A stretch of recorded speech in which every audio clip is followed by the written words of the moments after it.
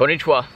Thank you for watching this video in particular. Welcome to today's new project video, which ultimately today I will be addressing my perspective and what I had thought initially of and ultimately of Tokyo Ghoul, the live action movie, which was released of 2017. And myself, having born and raised in Tokyo, Japan, I've watched numerous and variations of Japanese anime all throughout the duration of my human existence.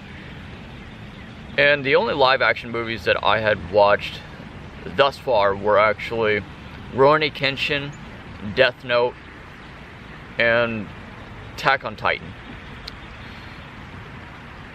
And Parasite. Yes, Parasite. And now my fifth movie of actually watching Tokyo Ghoul. Now, I was told by numerous people, do not ever watch Dragon Ball Z Evolution. That was by far the worst movie ever to have been made in existence. I have personally never watched it. However, I have heard many others speak upon it and in a negative perspective. So that is one in which I will not be doing a movie review on. Maybe just for like the enjoyment, the thrill, and just something to make fun of ultimately.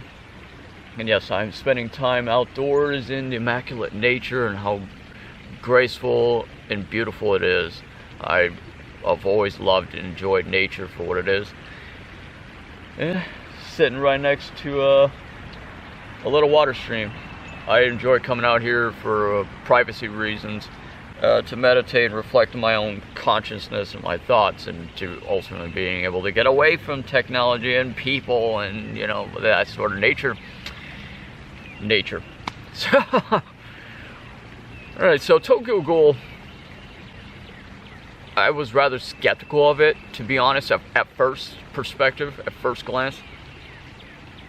You know, in human nature we have this natural preconceived notions of virtually everything or anything around us, or at least in some perspective or another, few handful minor things.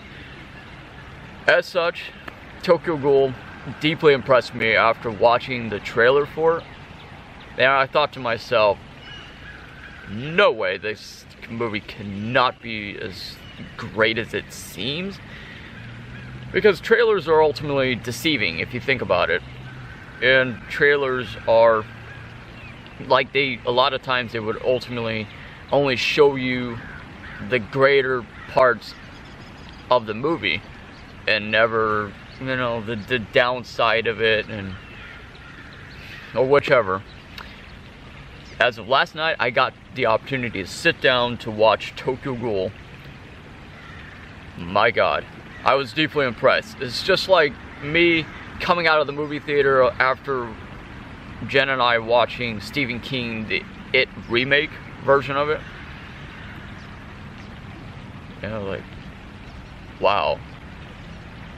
You know, I wanted to do a vlog about it and a review about it, but I was just so speechless. I couldn't say anything. And it's just like how I felt towards this movie, for Tokyo Ghoul.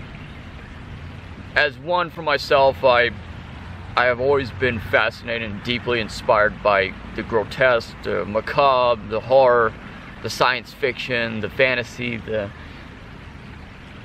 infinite, the universe of all these different fiction genres and coexisted together, and it just creates this one perfect, immaculate collaboration, if you will.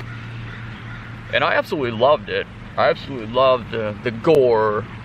It's one of my favorite things. It's like it had provided this sense of creepy vibe to it in a way. But it's more direct, you know. Mato is actually by far my all-time favorite character. Certain things that were a bit of a disappointment, such as how Kaneki was supposed to ultimately like awaken in his final form when he has like, okay, spoiler alert, if you have never read or watched the anime as I have, do not continue from this video forward because there's going to be a lot of spoilers involved. So Kaneki at some point, I would say towards the end of the manga series, the anime series, he becomes awakened in his final form, in his process, in his transformation. He becomes this sort of like, he's embodied by, wrapped around like all these like, he had like red tentacles at first in his first awakening stage, and then he eventually adapts into this mechanical, hardwired, kind of like purple, it's hard to explain, purple tentacles, with the exception that they're mechanical. And he wears this purple mask. It more or less reminds you of the old-time plague doctor's mask, except it's more like purple and it's smaller, and he eventually adapts to getting white hair. And in this movie, it does reveal his first awakening stage. However, it does not show his final transformation, or if that will indeed be his final transformation. God knows who is to say that, you know, there's infinite possibilities. You could actually theorize and say that he could actually have more stages above and beyond than what the two that we had seen, actually 3 that we had seen so far. Why I say 3 is because the first initiation was when he was first infected and bit by Rize, sorry. And that was interesting. I mean, the acting was phenomenal. The graphics was even more phenomenal. It was just an incredible movie all around. I absolutely loved how the actors portray the characters, and of how the storyline fit in perfectly well. And it seemed to have resembled the same reflection as the anime itself. And the character who portrayed Kaneki, the actor who played him, he played it so vivid and like so well. Like, you could just paint an allegory of masterpiece of how well of a job that he had actually performed through the portrayal of the character. And he truly deserves an Oscar award for that. Of course, you know, in the country of Japan, in my country, you know, don't quite have nominations and awards as if we do here in the United States. So, I mean, should there exist one over there? God, please give him an award. It was absolutely incredible. Like the acting, the way he just like creepy, like, you know. It's like, wow, if you were to throw me into a film, God knows the unlimited possible probabilities of things that I could do and achieve. Yes, I'm actually in the process of creating my own short film. I've been piecing it together for a few years, but just trying to collaborate together. Anyway, it's not about me, it's about the film. I apologize sincerely. So the way he portrayed, especially like when he first encountered Rize, God, that was amazing. The way he was just crawling on the ground, just leaving a trail of like of blood. It was just crippling in pain and agonizing torment. And not to give the entire movie away or explain the whole entire movie, you'd have to watch it for yourself to understand and visualize to know what I speak of. And another one, aside from the acting, the graphics was phenomenal. The CGI work was incredible. They did not use as much CGI in it as you would have thought, considering that it was more or less a low budget, film, but wonderful actors. And I think there were actually some big name actors in there, especially the older gentleman who plays the owl, the owner of the cafe. I only wish that they could have incorporated more of him in there. And like I said, the only parts like they were missing was that, and I wish they showed more of the illustration of Kaneki transforming once again. He was psychotic. I mean, he was insane in the movie. It was amazing. Even thinking about it now, it just leaves you speechless. And I wonder, like, wow, there's just like so much in the movie. I'm just trying to bring out in a thought process everything out into words. It was amazing. God,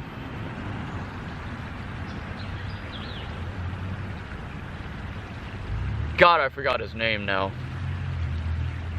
Kaneki's best friend. Anyway, Kaneki's best friend, I'll remember the name later. I just had woken up not too long ago. He did not die yet. Once again, like I said, spoilers. So he did not die yet. And my theory is that they'll create a second movie to add on to this movie and create it into some sort of like movie series or franchise, like they did Rurouni Kenshin. They ultimately created 3 separate films for it. I absolutely love. Okay, my first favorite character is Mato, the detective, the insane, eccentric one, and he was actually quite eccentric in the movie, but he's not as eccentric as he was in the anime, in the portrayal of the anime. But it was pretty close. It was pretty up there. And I theorized that, well, as you know, of course, like, Kaneki's best friend dies.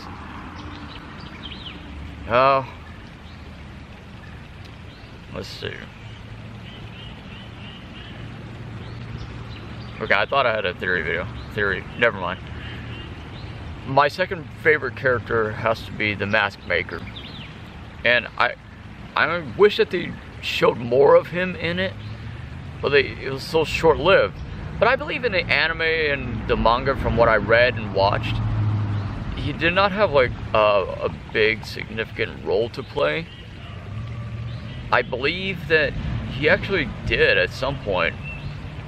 It's been a while since I watched or read the anime or the manga, and I believe he does eventually down the line become an involving kind of a main character. But that's actually my second. Yes, that's actually my second theory, is that he'll actually have more of a role in the second movie, and perhaps maybe the owl himself will not die. Maybe he'll just continue to live his life. And I wonder if somehow the ghouls and human beings, if they find a way somehow to coexist together, which I don't think is possible, because you'll always have your negative and positive. You always have to, and you have to find this sort of balance in everything. And the ghouls they have this balance, just like human beings would. They have this evil intention and this positive intention. But the more positive intentional ghouls, who have more, like Kaneki and everybody else, maybe perhaps they'll find a way to collectively exist among society, in which they already do, but more of like along the lines of make a peace treaty with their government and with their city, you know, their little officials there. And the detectives, they spend so much of their time, just like in Death Note, of tracking down these ghouls. And what if there's some way they could actually like work together, and you know, just like if they could continue to operate their cafe and still devour humans, of course, but do more like in a civilized perspective, if that makes sense. And just, this movie was, I believe, an hour and a half, I think 2 hours long. And the next movie I'm going to be conducting a review for is Ghost in the Shell, the live action movie with Scarlett Johansson. So hopefully that movie does not disappoint. Tokyo Ghoul was an absolute incredible movie. I've always been a huge fan of it. I've got quite a few of its merchandise, and I still need to get like the actual mask and everything. I've always envisioned of having one of those masks. I think they're pretty cheap and reasonable. The one thing that fascinated me deeply, I have a fascination and inspiration with contact lenses, and I couldn't tell. I think that's more CGI than anything else. I think in some scenes it was actually like the actresses were actually wearing scleras. If so, that's mad respect. That's insane respect, considering that those things are a bitch to wear. Seriously. And I've worn them once or twice before. They're so damn irritating in your eyes, and it's not like regular contacts in your eyes. So I would love to get my hands on a pair of those, the Ghoul, you know, contacts. That would be an absolute amazing, peaceful day today. And well, I hope you enjoyed watching this video. God, man, Tokyo Ghoul, the live action. I paid $30 for that movie. I do not regret it with my life. I do not regret it. It was one of the best expenses that I had put out to adapt into as a part of my life, and to add that into our movie collection or gaming collection was just amazing. I wish they'd make a game out of Tokyo Ghoul. That would be phenomenal to see. And the movie itself, as you know, it takes place in Japan, obviously. And aside from the graphics, the acting, the plot was amazing. The storyline was pretty short. I mean, I felt like it was more of like, they wrapped up barely the ending of season 1. They did not get to the point where the owl dies and he fights. Oh God, what was it now? I think he fought against the detectives, or the cops that were coming after him, and he ultimately had sacrificed himself in a fight, I believe. No, I think he's still alive. No, like I said, I apologize for my forgetfulness. It's been a while since I watched the movie, the anime, and read the manga. I read the manga first, and then I watched the anime. But I watched my anime on things like Crunchyroll and stuff. But anyways, I need to brush up on it, and I ultimately want to rewatch the entire season 1 and 2. I believe that in the second movie they'll adapt more of season 2 into it, where he does go even more insane and psychotic and gets tormented by Jason and being tortured for days on end. So thank you everyone for watching. Please subscribe, like, share, favorite, and let others know about our channel. And like I said, I absolutely love this movie. This movie was divine. So I shall see each and every one of you soon. Thank you for watching. Farewell.